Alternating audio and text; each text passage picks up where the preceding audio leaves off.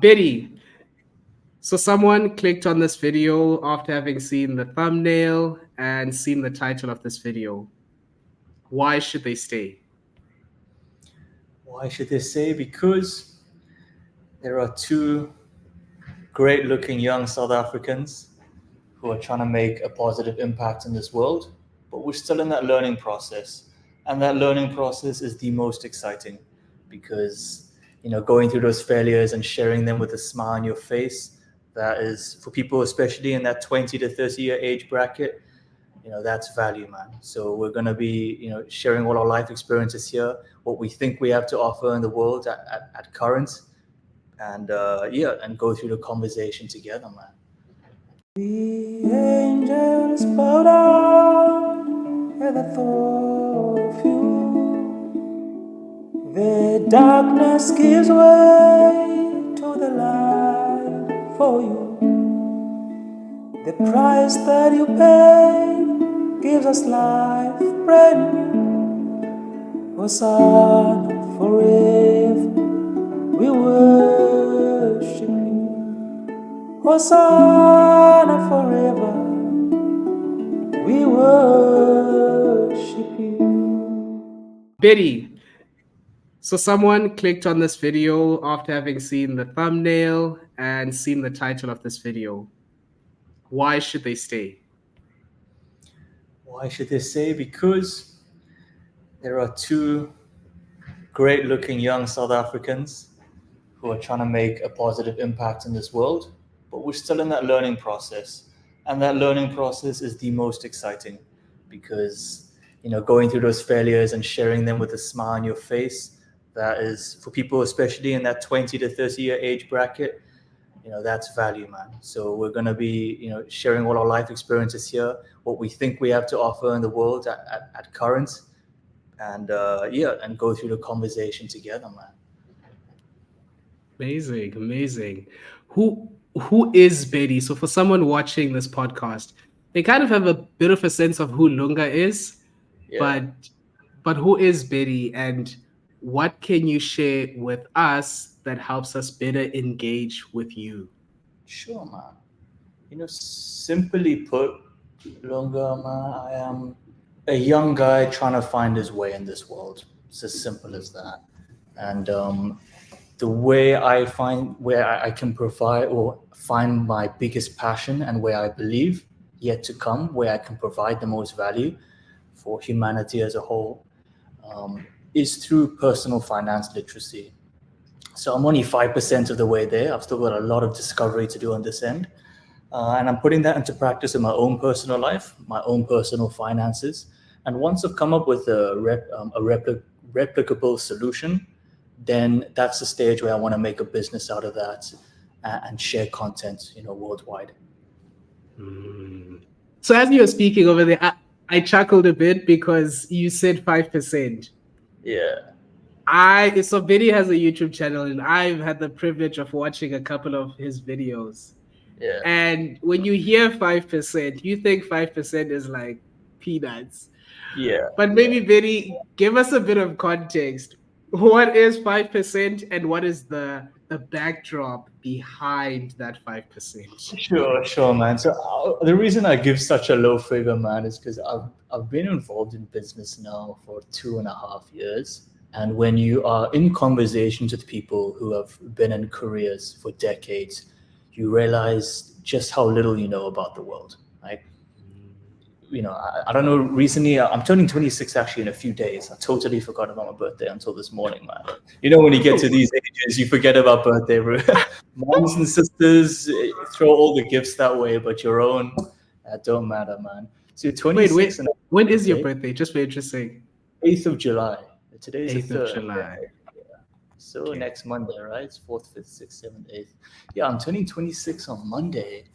And only just recently, man, have I feel like, okay, I'm just starting to get a grip on this adulting life, But whereas when I still felt like an absolute animal when I was like in my early 20s, thinking that I had everything figured out and I knew exactly what was right, what was wrong. Man, only at 26 now, I've suddenly realized maybe it's that prefrontal cortex in a young man's mind that only fully forms when they're about 25. Maybe that's the reason why. But again, only recently I've just felt like, oh, okay, only now I'm actually beginning to get a grasp of what it actually means to live a holistic life. Life's not just about money. It's that holism. It's your spirituality. It's your family. It's building strong and lasting relationships, and then the money will come with all those things settled. So I've still got many decades of learning to do, man, and that's why I say 5%. And I don't say that in a negative or a demeaning way to myself. It's like more actually optimistic. Like, whoa, I feel like I know a good amount at this age, but I've still got so much more to learn. I'm like really looking forward to the next decades of adulting. Yeah. Wow, that's a that's a beautiful response. Yeah. And I think I actually have a follow-up question just to piggyback off that response. But just before we do that, I am gonna say that we are gonna come back to the 5% because Bedi, you didn't give us a story about that 5%. Sure. So I think the backdrop story that would really be interesting is what is the goal that is behind that 5%, but most importantly, what is the story? So why did you set this goal in the first place? What is the inspiration? What's the story behind that? So that's part two that we'll sort of come back to. But in what you've just said, I thought what was really interesting is how you mentioned that life is more than just about money. Yeah. How did you come to learn that lesson? Honestly, man, in my final few weeks in Grahamstown, we're both very familiar there, when I was because the water situation in Grahamstown, right? So I was heading outside to go and collect the water, man. And around the corner was this mom and dad with their kid. Their kid was fortunately unharmed, but the mom and dad were cut to pieces, man. I don't know what I can and cannot say on this conversation alive, but they were just really badly hurt in an attack. I don't know the reason behind the attack. I don't know any of the motives or any of the backstory. But I think having that, I cannot compare myself to somebody who's lived in absolute poverty, and I'm not going to even begin to try and imagine what that's like. But I think as South Africans, whether one experiences it themselves or they don't, we have a very real sense of what true human life can be for the majority of people, for billions of people worldwide. And that's just pain and suffering, man. And when you grow up in a society like that compared to, I'll just throw out a name like Singapore, no hate towards Singaporeans, but when you grow up in societies which doesn't have, copious amounts of wealth, you see the reality of what a lot of people go through. And, at the end of the day, it's about caring about these people. How can we improve the lives of people who actually need it, and not worrying about the, Louis Vuitton handbags or the latest Rolex and all that. One of these items can fund an entire community in certain regions of the world. And I don't know where as a species we've lost touch with that. So, yeah, man, that's why a holistic life is important. Remembering, spiritually, whether it's spiritually or not, I don't care, but remembering what is right and what is wrong and what you need to be focused your energy towards. It's not for lust, money, or wealth. It's for the people, man. Yeah. I've always experienced you to be a very kind, very humanistic individual. And I think what I'm learning about you now from this experience is that you're someone who's also very perceptive and was able to observe situations and internalize lessons from those situations. Yeah. Where do those traits come from? Are you born with those traits, or is that how you were raised? Does it come from your family? Who you are, what has shaped who Bedi is?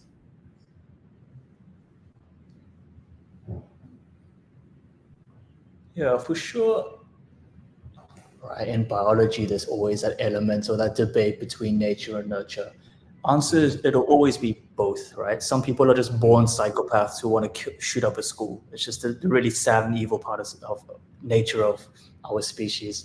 You cannot. Some people are born with disabilities, others not, right? So there is an element of nature which we cannot fight. But the nurture is more important, and I think that's where most of the weight should be brought. And that's where I'm blessed, bro. I'm privileged that I had parents who stayed together. There was no divorces. I had a healthy, happy family. Like, thank God for these basic things. And I think most importantly, the household matters. What value system are you brought up in? Is it religious? Is it non-religious? Certainly, I give that all to, firstly, I suppose, for at least for me, it's God, the value, the upbringing, the household. And I'd say that like conservative Asian household, it really did wonders for me. Not when I was growing up, man. I had a lot of computers. I had a lot of computers thrown at walls and a lot of backhand. Was that your mom or dad? My dad. That was my dad. My mom was she was the one I could run to, man. So when growing up, it might have sucked, but in hindsight, now that I've got into my mid-20s, I'm like, wow, that truly has shaped me as an individual. So I give it all to the household and the conservative. Man, that's amazing. There's a lot of like similarities in terms of values between like Asian culture and South African or African culture as a whole, actually, just like respect for authority, kindness, respect. Yeah. Yeah, man. So that's something I've actually been very pleasantly surprised at. And also just like parenting styles, just giving your kid a backhand. That's very Asian, but also Yeah. very African. Yeah, no, for sure, man. That's for sure. That's why I always joke with my mom. Always like she makes this observation. We joke about it, but we've noticed any South African kid you see at a restaurant, right? I don't want to like bring too much skin color into the equation, but the black kids are always like they just behaved. They just nothing. And I know the backstory why. I mean, we appreciate it as a society. We love a good family, man. And man, we really respect that as a little Asian family out in Umhlanga having our meals. It's good to see. So values-wise and upbringing-wise, certainly there's similarities. Yeah, certainly. Gotcha. Yeah. Okay, so Bedi, what is your mission? We spoke briefly about you being at 5% of a goal. What is your financial mission and how did that come about? Yeah, so the 5% was it was very abstract in terms of the approach to life. But if we want to get to actual figures, the goal I've set out for myself is 1 million USD by 30. So, we're a percentage of it. And that's a net worth. That's a net worth, correct. So all my assets owned minus liabilities, which at current is okay. I don't have any major liabilities. So we're looking pretty good right now. I won't give the exact percentage of where I am on that journey, but we're nowhere near that.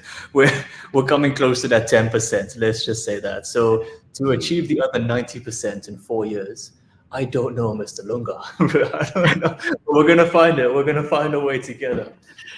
But all laughs aside, I think I have a decent understanding of money at current, and I'm just going to be implementing, especially all of the mistakes I've learned in the past, and not making those mistakes, implementing the solutions to those mistakes over the next 4 years, and just trying to achieve as much wealth as possible, so that I can form a business which provides value back for society. So that's the ultimate goal. Get to a stage where I can get enough funds to start up, and then I'm very passionate about business and starting my own business one day related to fintech education, and then we'll get there when we get there. Oh wow, man, that's amazing. Yeah. And so actually, maybe we'll come back to the fintech business a bit later. Sure. I'm just curious. So you mentioned that you learned 2 lessons, and from watching your 2 videos, I know that you did mention that you lost whatever amount you lost twice, and this was back in university, and another time you went all the way down to 0. Yeah. How did that happen? First time was in my final year at university. I've always had a fascination for the capital markets. So anyone listening, right? Capital markets includes everything, currencies, equities, or as people like you and I will know it, that's called stocks, commodities, futures. If you ever turn on CNBC or Bloomberg and see all these charts going up and down, that's what I've always, since a young age, I think that's what passion is, right? Some people are passionate towards soccer, chess. For me, it was just wanting to know what all these numbers on the screen were. What is a stock market? So I tried that in my final year of university. I thought I came up with the next greatest investment strategy, and it went great for about 5 months. It went so great. And then I got friends and families, money included. Big mistake. We can come back to the mistakes in a moment. And in any case, somebody, the first mistake I made was having an unrealistic expectation on how to make money, because I wanted to make a lot of money really quick. And there is no fast, easy way to make money. There is none of that. No matter what somebody tries to tell you online, there is no way to get rich quick. So yeah, I took a big hit there, and then I had a lot of debt to pay off, which thank God I got done. So that was the first time, was thinking that I had a way to beat the market in the capital markets, trying that strategy. I'll see my colleague just walking by. Oh yeah. I had that method, it failing, paying off the debt.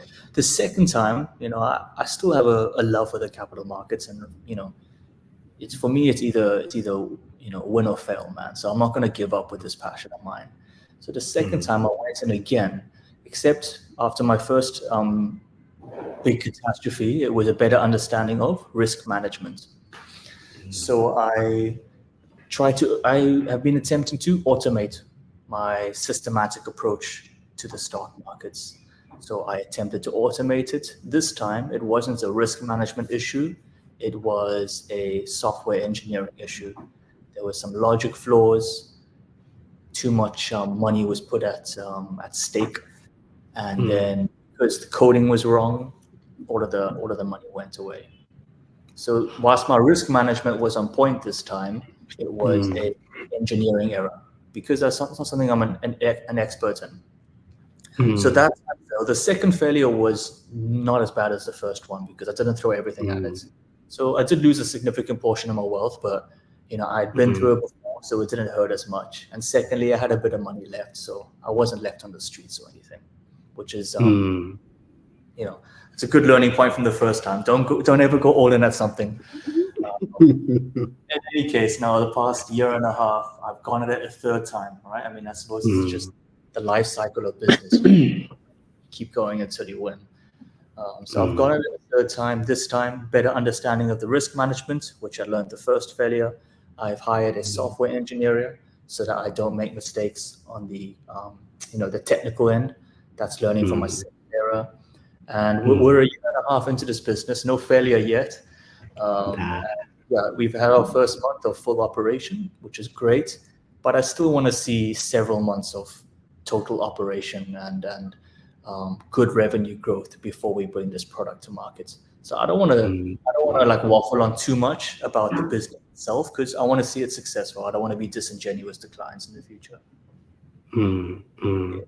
Yeah. Man, so many questions firing. Like, okay.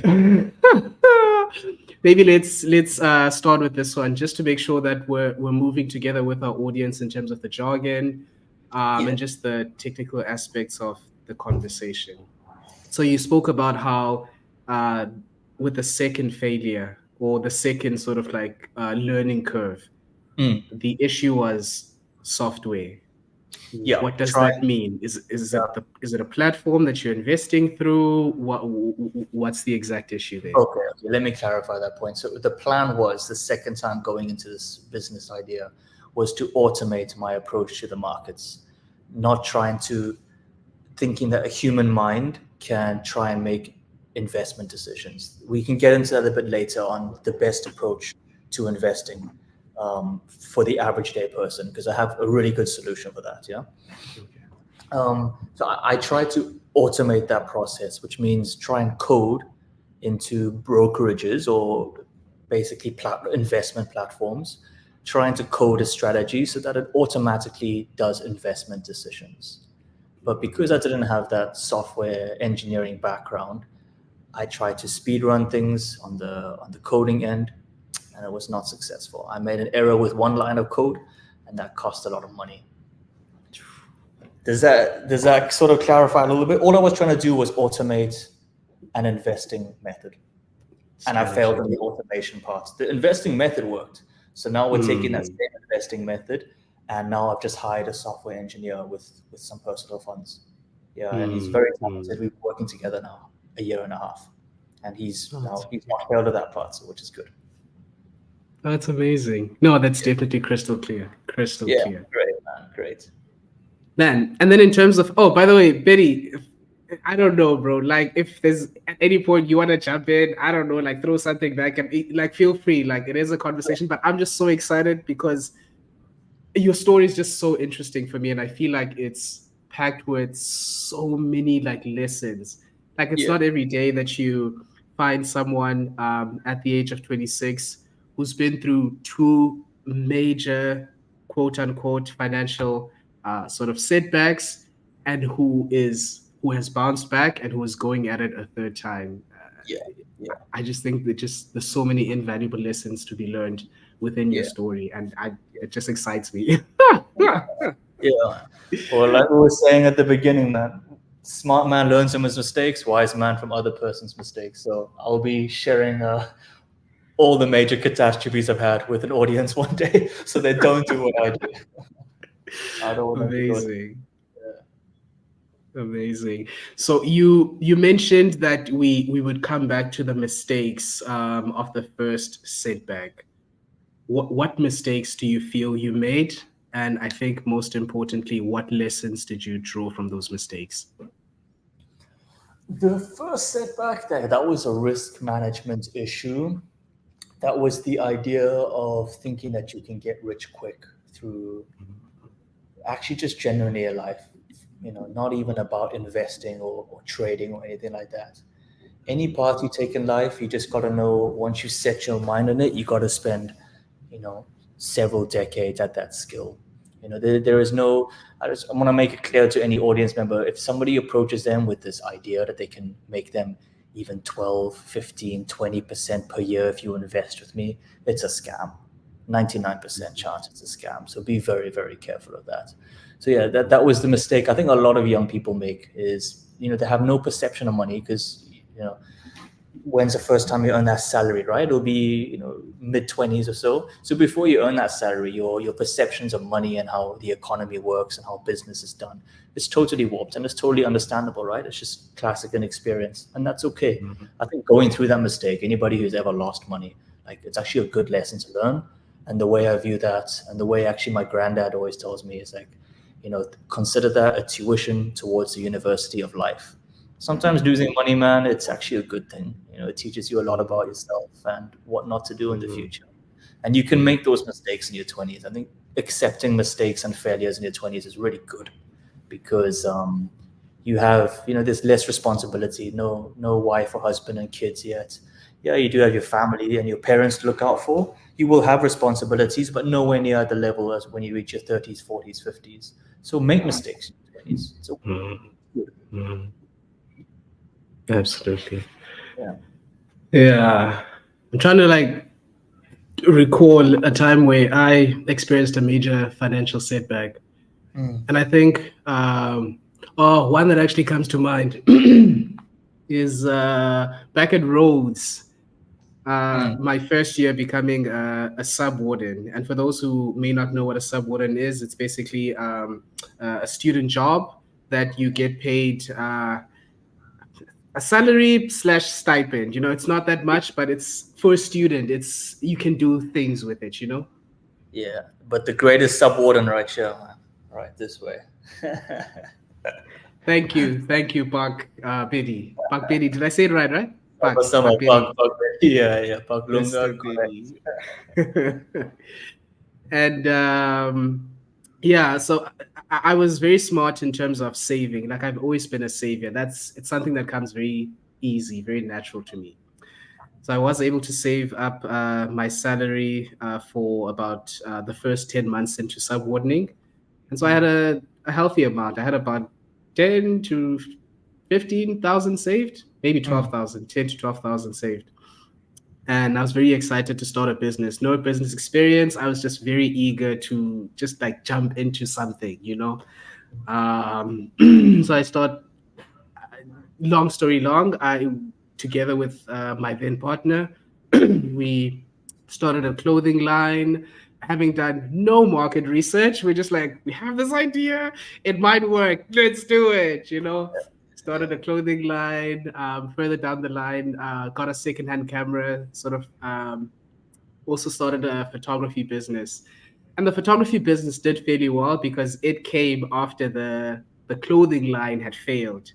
Yeah. And I think the biggest lesson that I learned in that business is just research, just doing as much research as possible, especially market research, just to get an understanding if there's actually a market for this product that you're intending to put out. I think number one, and I think number two, just making sure that you're coming from a place of adding value to people's lives as Yeah. opposed to, hey, because I think my mindset at the time, I was I was in survival mode. I just wanted to make more. You know, I was like, okay, subwooding, I just want to grow this the best I can. And it was very selfish. It was very much about me, and I understand why I was in that state of mind, you know. Yeah.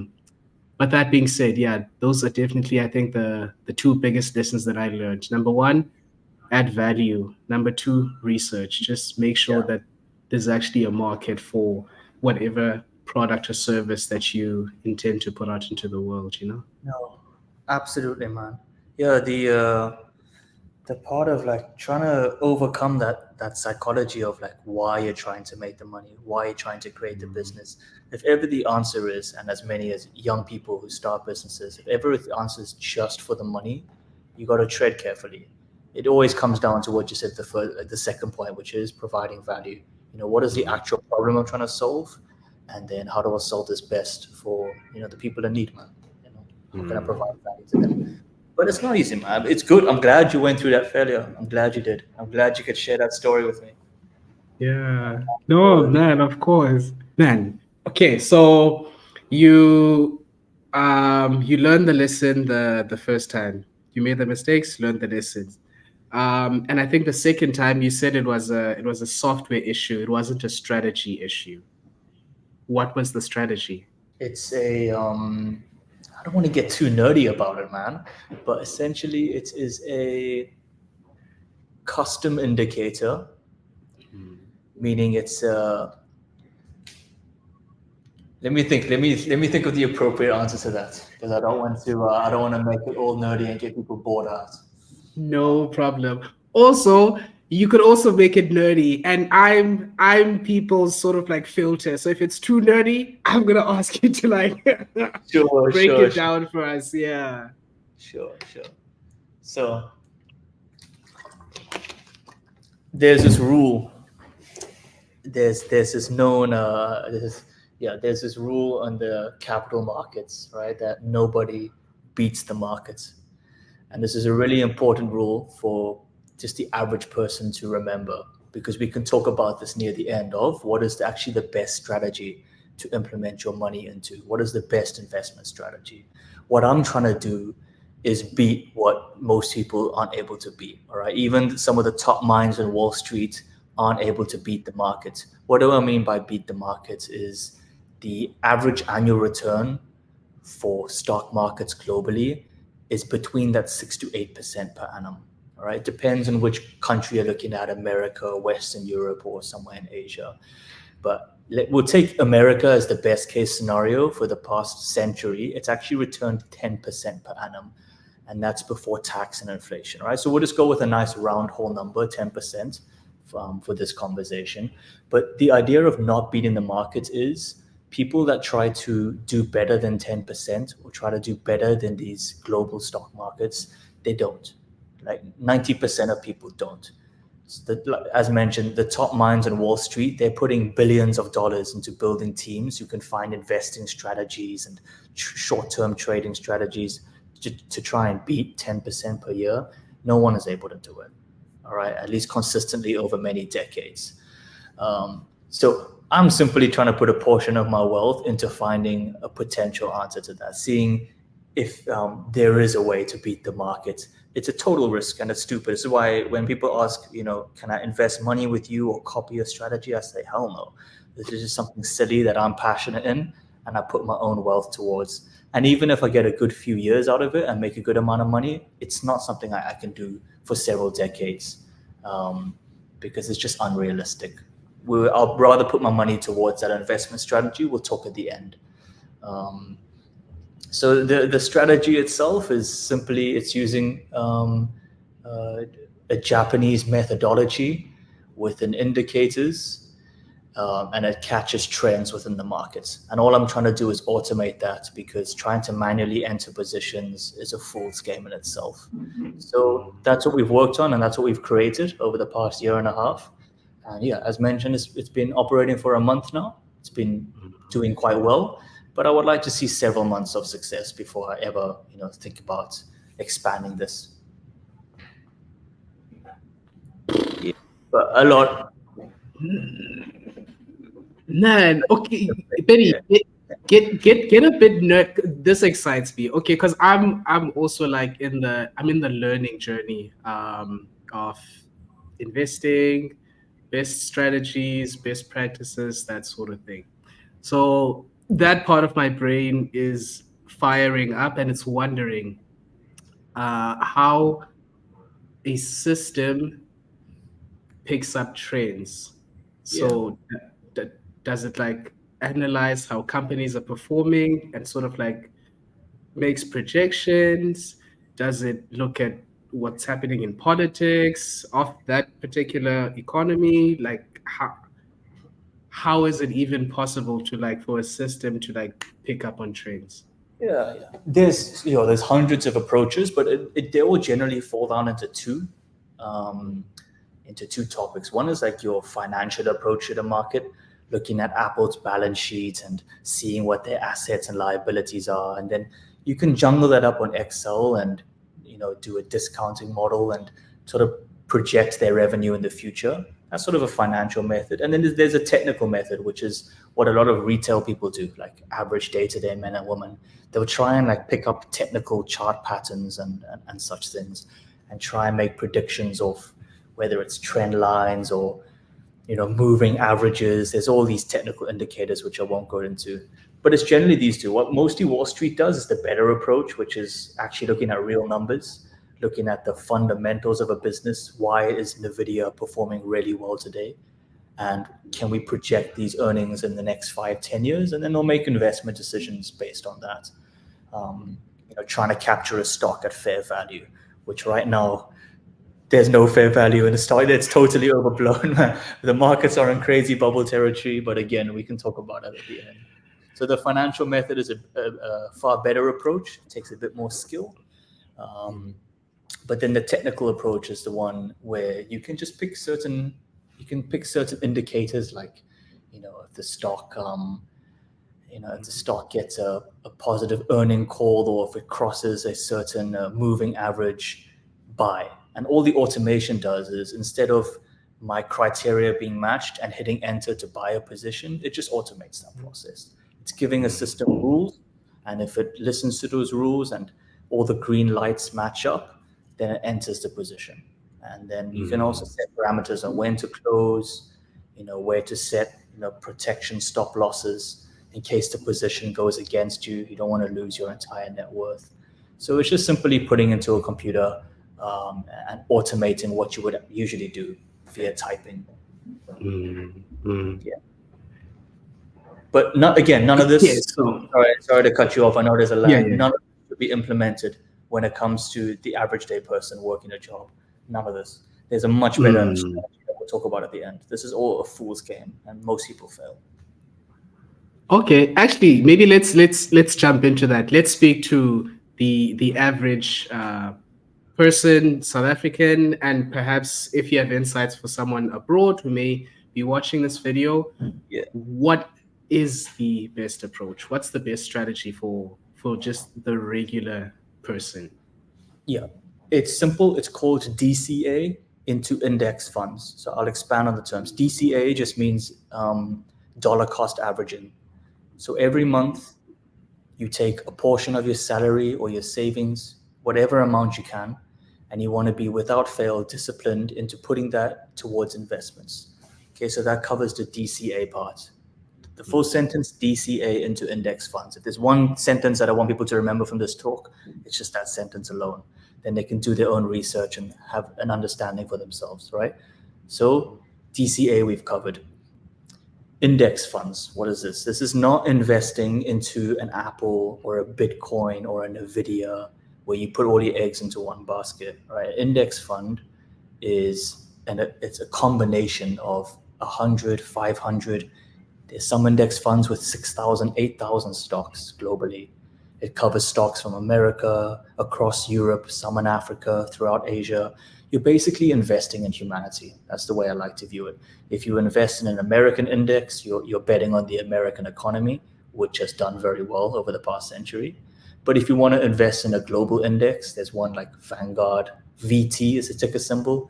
VT, the company name Vanguard. Their Vanguard VT index, which covers global stocks, I think it's 9,000 stocks now. So that covers a global range of stocks. So you're essentially investing into humanity. That's the way I like to read it. So you're invested into humanity's future instead of just one stock or one investment idea's future. There's a lot of risk that comes with trying to pick the next Nvidia or Bitcoin. You know, we hear about that one person, your neighbor who got into Bitcoin in 2012, or this girl who got into Nvidia. You know, but for every one of these people, I want people like you and I to know, and the audience listening, that there's 10,000 people who got it wrong. The majority of the time, you're going to get it wrong. If ever you think you know the answer when it comes to the capital markets, think again, because you probably don't. You're probably wrong. And I know this because I've done it many times, so don't do it. Yeah. Yeah, no, I 100% agree with you. And what I'll do is, just for people's convenience, so I know you mentioned the Vanguard, so I'll put that up. I'll put that up here, just like Sure. um, a logo, just so people know what it looks like. I'll put up Sure. NVIDIA. I'll put up different indexes, and I'm actually so glad that you mentioned that, because and it makes me feel like I'm on the right track as well. Okay, very quick disclaimer: everyone knows this, but just perhaps for you, Bedi, I think you also know this. Actually, I'm a humanities guy. I I didn't study commerce, so everything that I do know about personal finance is something that I've either read about, watched a podcast on, and just like put in an effort in terms of just like learning. So you're a commerce person, and I get the sense that you're working in the finance/commerce space. Yeah. Yeah. So to get someone like you confirming what I think is a good strategy is very affirming for me, because so I invest through Easy Equities, because it's one of the cheapest platforms in South Africa. Hmm. And my strategy is simple: just get good, reliable ETFs. So ETFs, similar to what you said, are index fund, Yeah. exchange traded funds. Um, and as you've mentioned, I try to invest in rand denominated American based or ETFs that track American companies. So like the S&P Satrix S&P 500, Yeah. the Nasdaq 100, MSCI World, that tracks the world's economy. That's another good And one. Yeah. another good one. And I mean, as you've said, the returns are not like, oh, like okay. So I'll also mention this very quickly in passing. I was fortunate enough, and this is through no skill or knowledge of my own. I just took a I was just fooling. I had a bit of money that I had sent to my American account, and I put in, a few, let's say, cents in Nvidia, and it was kept it there for I think about 3 months, and I was losing, and I was very happy because in my first 3 months of investing, I was just in the red, which in South Africa means you're losing money. It means you're losing money. So I think consistently for the first 3 to 6 months, I was just losing. And then something happened after 6 months where the market just went up, up, up, and up. And from NVIDIA alone, locked in a growth of 150% return Yeah. just on NVIDIA. And that's like NVIDIA's an anomaly. Like that's not what the standard should be. Like I think the smartest long-term strategy is to just invest in ETFs, like the S&P 500, like the Nasdaq 100, if you're investing through easy equities. And the return from those has been, for me, since the time I've invested, give or take, been between 10 to 20%. And I think that's That's just a phenomenal. fair return. That's a really, really good return, Yeah, no, that's a you know? phenomenal return, actually. That's actually above market return, which is Yeah. phenomenal. Yeah, you'll go Yeah. through years where it's above market return, below market return, but that's the beauty of DCA, dollar Mm, cost averaging. You just, without mm, fail, every month you stick to your strategy and you put in. mm, See, man. What you do is you essentially, with the markets do this, right? Let me just get this on camera. They do mm, this. Start your When you start your dollar cost averaging per month, you're just tracking the markets, whether the markets go up or down. And mm, then I urge people to just research what that does when you're putting money every month into an mm, index fund. The mm, returns don't look sexy, like 6, 8% return per annum after inflation. Right? It doesn't look sexy. But when mm, you understand compound interest and dollar cost averaging into index funds, just those three terms alone, people can go and research on YouTube, watch videos, mm, specifically the compound interest, man. What isn't it mm. Einstein called compound interest? The The, eighth wonder, the, seventh or eighth. How many wonders do we have? Well, now we have I eight. think it, uh, but yeah, people really sleep on the idea of long-term wealth accumulation. Like if you just stick to the method in your 20s, make your mistakes. That's okay. Lose your money. You can make those mistakes early on. But then at some stage, get used to just putting money aside. It's very boring. Go and work your job. Put all of your energy towards your family and your job and building your skills. And the money that you keep, don't even worry about these new investing products and these new stocks. You don't have to worry about that as retail. You don't need to have a finance degree. All right. Wall Street doesn't beat the markets. What makes you think people like you and I can? So ignore all of that. Ignore all of that. You can save yourself so much time. Just stick with your strategy of every month without fail, I'm going to put it towards an index fund. Just do that for a couple of years. You'll see. You see your portfolio. Oh, it's growing now. We're at six figures in rands. And then you'll wait after a decade, 2 decades. People will be shocked because they don't understand how compound interest is that. The start is always slow. The first decade, 2 decades will always be slow. But you just got to practice patience. And that's investing. It's all psychology, man. It's all having control of your mind, not getting greedy, not succumbing to the new handbags or watches or whatever, and just staying consistent with saving, budgeting, and putting all your saved capital towards the investments. Yeah, it pays off. Pays off. and that is sound, solid advice. Yeah.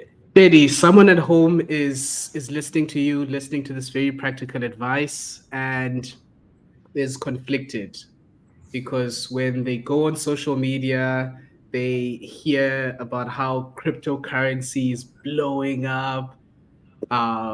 They read that NVIDIA recently surpassed Google and is one of the best valued companies. They're bombarded by all this information. Mm. What do you say to that person? Speak to that person. What's the best way for them to either start investing, or so this can be, yeah, maybe let's speak specifically about investing. So what's the best way for them to either start investing, or what advice would you give in terms of the investing strategy? Sure. Okay, to answer the first point about hype investments, you mentioned that you put a little portion of your money towards Nvidia and it paid off. I would recommend, as long as for people, right, we all like to follow hype to some extent, and that's okay. But just make sure that you only put a very small portion of your money, a very small portion. And it sucks. You might have a net worth at 25 of 10,000 Rand, let's just say. And when I say a small portion, I mean no more than a few hundred Rand, no more than 5%, so 500 Rand. Yeah, it's a little bit boring. That's very boring. You think, oh, what's 500 Rand going to get me? But if you're approaching the next Nvidia or the next cryptocurrency, as long as you're approaching it from a point of, oh, I'm actually interested in this technology, or I want to read up more about this company, let me just throw a couple of hundreds with the interest of the technology or the company itself, I would say it's okay.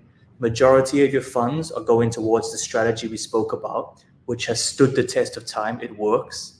And then if you want to have a bit of fun money and put it towards these fun investments so you can talk to your mates about it, as long as you're enjoying life, I'm okay with that. Just don't put all your money into it.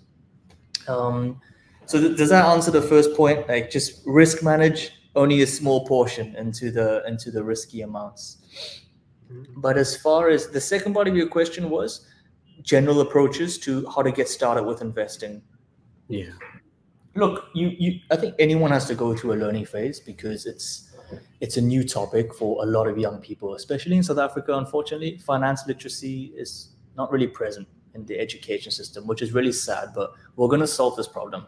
You and I will solve this problem in the long run. So where to get started would be, I would recommend, there is a phenomenal book, man. It's called The Psychology of Money. The author is Morgan Housel. Morgan, Yeah. yeah. Yeah. So I listened to a podcast with him, and the podcast name was The Diary of a CEO. I was familiar with the book from many years ago, but he's also a good podcaster. If people don't like to read, I would recommend watch that podcast. Watch him have a conversation with the owner of Diary of a CEO. I'm sure you can post a link in this video. Yeah. But that book alone, when I read it afterwards, it summarizes everything a person new to their wealth building journey needs to know. It summarizes everything, because you learn real quick that earning money and building a good amount of wealth throughout your adult life is mostly in the head. It's mostly not succumbing to the next shiny items or succumbing to financial greed. 99% of people who I speak to who invest in the next big stock or the cryptocurrency, they do it just because they want to make more money. And then I'll ask them, like, why do you want to risk all of your wealth to make more money? And they'll say, oh, because I want X item, or I want to impress so and so. It all comes down to psychology. Whereas if you can have this in check and you don't succumb to what social media tries to show you, being like an Andrew Tate or whatever young, successful, good-looking person, trying to succumb to all the images and them bragging about their lifestyle. If you just ignore that, play the humble game, play the slow game, and stick with that investment strategy we talked about, which is just focusing on your life and your work and building your skills, you will earn money from that. A portion of that money, put it towards index funds. Do that every month. Do that for a decade. It sounds like a long time in your 20s. It's half your life, a third of your life if you're 30. It sounds like a long time. But you'll get to the end of it in a much better position than 90% of people. And that's the defining factor. That's the bottom line, as they like to say in business. The bottom line is you'll be in a better position than everyone else who wasted their time talking and taking photos and sharing things with their new watches and all that. This is a Casio, by the way. It costs $50. Budgeting, way. But that's right there. It's, focusing on what's important, and that's up here, and not succumbing to the peer pressures and what social media tries to show. That'll fail. Give it time, that'll fail. You do what we're going to teach. Yeah. And in the case of what Morgan said, follow that book. The Psychology of Money is the best starting point for anybody getting started in their wealth building journey. Yeah. Man, as you said, I will put a link to I actually also watched that podcast episode. I love Diary of a CEO. What's the guy's name? It's not David. What's his name? Yeah, he's a prominent character. He's also in Dragon's Den. Yeah, What's Dragon's Den. I know his face very well, but I don't want to say Yeah, too much. Yeah. yeah. But anyways, that guy. So yeah, I'll put the video. I'll link it down in the description. And then I also was just thinking, what you said about how a decade seems like a long time, bro. It seems like it was just yesterday when we were both in uni, and that was like starting our 20s. Yeah, yeah. And This is true. you're soon gonna turn 26. I have climbed over 30. Yeah. At the end of the year, I'll be clocking 31. So at 31, I can vouch for that statement that 10 years is nothing. It Okay, just, good. Okay. Yeah, man. It's good that you share that because maybe then that's just perspective of people who were in their early 20s, where I'm just leaving now, right? Turning 26. But when I have conversations with people younger than me, they always think about how they can make, 100% return in 2 years. And I just always try to remind them of like that time perspective. So you're probably right, man. I think that maturity builds pretty rapidly after your mid 20s and into your 30s. But trust me, man, the amount of young people who think they can generate copious amounts of wealth in a couple of years, it's all just been the result of the push and the glamour push on social media and your insane interest returns on like cryptocurrencies and such things. It's all foolish. It'll always fail. yeah, yeah, yeah, man. Bedi, like you've said, this isn't the first. Well, it's the first virtual conversation we've had, but it's definitely not the last. I do want to respect your time. I know you have given me a lot of time, but you have had a full day of work, and I do want to respect that. So, thank you so much for joining me in this conversation. Thank you for making the time. And perhaps before we end the call, are there any parting words from your side? Oh man, it's been an absolute pleasure talking to me. Talking to you. Sorry, as you can hear, yeah, I'm pretty tired, man. Saya capek, I was in Indonesia.